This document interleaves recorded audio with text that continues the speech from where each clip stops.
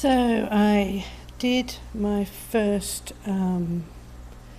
canister filter cleaning at the weekend. It was a little bit nerve-wracking because I've never done one before.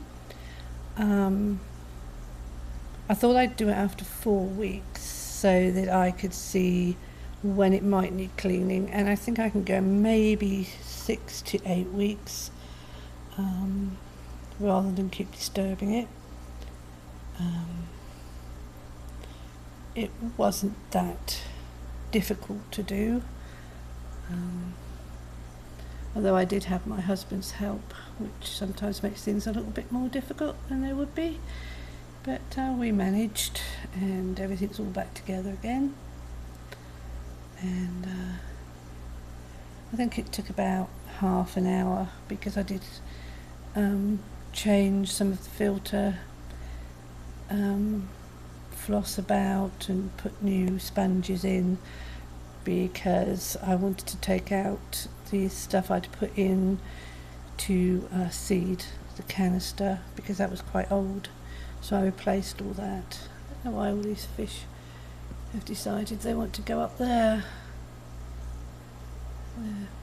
Sometimes this tank was absolutely empty and other times it was like I've got tons of fish in it. I have put some new babies in and they don't seem to stay babies very long. They've grown quite big already. So I've got some of them down there, some of my little Endler hybrids. They're coming on quite nice, and the original Endlers that I got from the feeder tank. The two little Cory cats are doing wonderful in here. They I check on them every morning just to make sure, because they are very tiny, to make sure they get enough food, but when I first put them in here they spent a lot of time together, but they don't seem to do that anymore. They've gone off and they do their own thing. Occasionally they will sleep in the same place as the albino Corys, who have grown quite well. I think I've got 2 females and 1 male. I've seen no sign of them spawning yet, but it did take a while in my other tank before they did.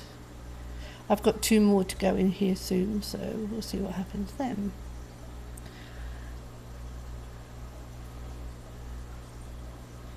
So we can go over and have a look. See, we're in the dark again. That's one of the joys of living in Florida. If you want to keep your house cool, you can live in the dark. Here we have Sapphire in her tank. She's still in this one, and I feel confident enough to say that she's 100% better. I'm thinking about gradually moving her first of all to the 5 gallon. Once the fish there are out of quarantine, I'm going to put her in there first and then see how well she does. Put in a couple of nice looking guppies with her. She likes company. As you can see, there's no marks on her at all. So she'll still be in here for a couple of weeks, but she's on no treatment. She's been on no treatment at all now for quite a while, and she's eating really well. She's I think just a little bit bored in here. It's a little bit small for her, so I'll get her out, and then hopefully by then I could have a 10 gallon free for her. I'm not really going to put it back in the 65 gallon. I don't know what happened to her, whether she'd had a fight with something in there. I can't see it because she's a pretty fast fish, and the only one in there big enough to do anything to her is Victor, and he really completely ignored her. So he's been with her for a year or so. So So hopefully she will be out of here maybe in 3 weeks. You know, there's still a chance she could have a relapse, but hopefully she won't. She's eating really well.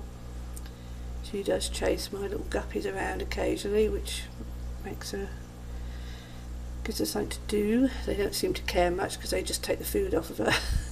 So they're definitely not scared of her. Yeah, so that's my kind of updates. Oh, see how badly deformed that little fish is. It's one of the worst I've ever seen, and it shows no sign of any kind of getting straighter. Still, be fine in here. These three will just live in here, or if that does turn out to be a male, which I'm still not sure about, I'll put him in the male tank.